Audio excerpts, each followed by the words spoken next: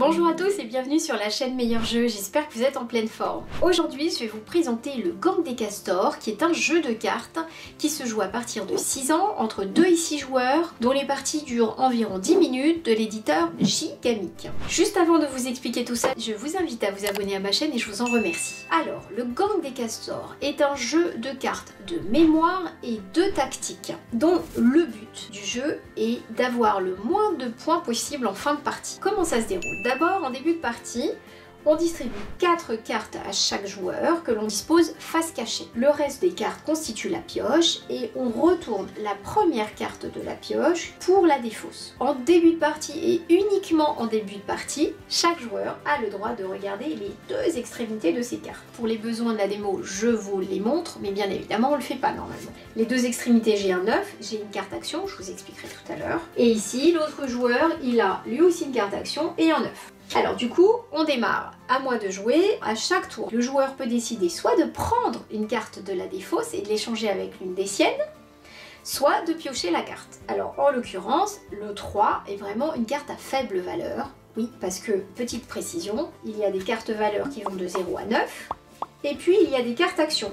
Donc 3 cartes actions que je vais vous expliquer bien évidemment. Le 3 étant une petite carte, donc je vais moi décider de la récupérer et puis de l'échanger contre celle-ci. Puisque j'ai eu la chance en début de jeu de la voir, je sais que c'est un 9. Et voilà, je la défausse ici.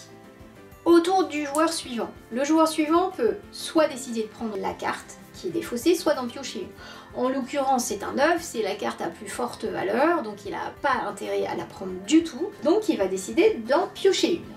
Ah bah super, il a un 0, bien sûr, qu'est-ce qu'il va faire? Il va chercher à l'échanger. Donc il va prendre celle-ci, je vous dis celle-ci parce qu'on a eu la possibilité de la regarder, mais normalement, au fur et à mesure du jeu, il faut avoir de la mémoire, il faut se rappeler des cartes que l'on a entre ses mains. Là c'est le début de la partie, c'est assez simple. Donc il va la garder comme ceci. Au fur et à mesure du jeu, on échange les cartes, on en donne, donc il faut vraiment se rappeler de tout ça. Voilà, donc là c'est à mon tour de jouer, je pioche une carte en admettant que je tombe sur cette carte-là. Ça c'est une première carte Castor Action, qui va me permettre de regarder l'une de mes cartes de mon jeu. C'est quand même très intéressant. Donc tiens, je vais décider de regarder celle-ci. Je m'aperçois que j'ai un 9. Très bien. Au tour du joueur suivant, en admettant donc qu'il pioche, il tombe sur cette carte action. Cette carte action signifie que le joueur a le droit de changer l'une de ses cartes avec l'un de ses adversaires, toujours sans regarder.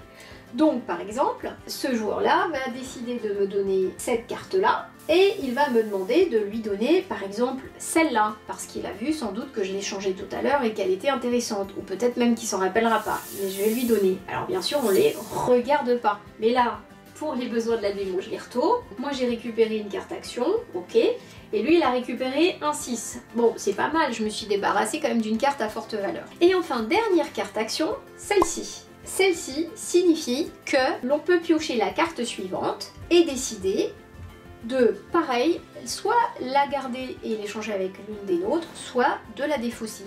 Alors en l'occurrence, le 4 est une valeur assez basse. Si je sais que dans mon jeu j'ai une carte à forte valeur, que je m'en rappelle bien, je vais l'échanger. Ou si je sais que j'ai une carte action, je vais aussi la prendre. Alors pourquoi une carte action? Parce qu'à la fin, pour comptabiliser les points, il faut avoir que des cartes à valeur. Donc si on a des cartes action en fin du jeu, de toutes les manières, on va être amené à échanger avec la pioche au hasard. Donc autant le faire dès qu'on en a la possibilité. Donc moi, je sais que celle-ci, c'est une carte action. Donc je vais prendre celle-là et je vais défausser celle-ci. Donc, à la fin de chaque manche, une manche, c'est au moins lorsqu'un joueur a joué une fois. Donc si l'on est 3 joueurs, il faut que chaque joueur ait joué au moins une fois. Et dans ce cas-là, on retourne nos cartes et on comptabilise nos points. On ne peut comptabiliser, comme je vous disais, que les cartes à valeur. Si l'on a dans notre série de cartes une carte action, on la défausse et on prend une de la pioche. Ça peut être le hasard, on peut bien tomber comme on peut moins bien tomber. On calcule nos points, on les note sur une feuille, donc idem, le joueur ici va faire la même chose. Lui il a 15 points, donc 9 et 9, 18, 21 points, donc voilà, on se note. Donc en l'occurrence, là pour l'instant, c'est ce joueur-là qui garde la main, puisqu'il a moins de points que moi. À partir de 3 joueurs, on joue autant de manches qu'il y a de joueurs. Donc si on est 3 joueurs, eh bien on joue 3 manches, si on est 6 joueurs, on joue 6 manches, et si on n'est que 2 joueurs, on joue 4 manches. On calcule de cette manière manière, à la fin on comptabilise les points et le gagnant est celui qui en a le moins. Donc on a vraiment bien aimé ce jeu, d'abord parce que c'est quand même un jeu de mémoire, de tactique, de réflexion, faut être concentré parce qu'il faut se rappeler des cartes que l'on a défaussées, que l'on a conservées, donc c'est quand même intéressant, c'est pas simplement un jeu de cartes classique, banal, donc ça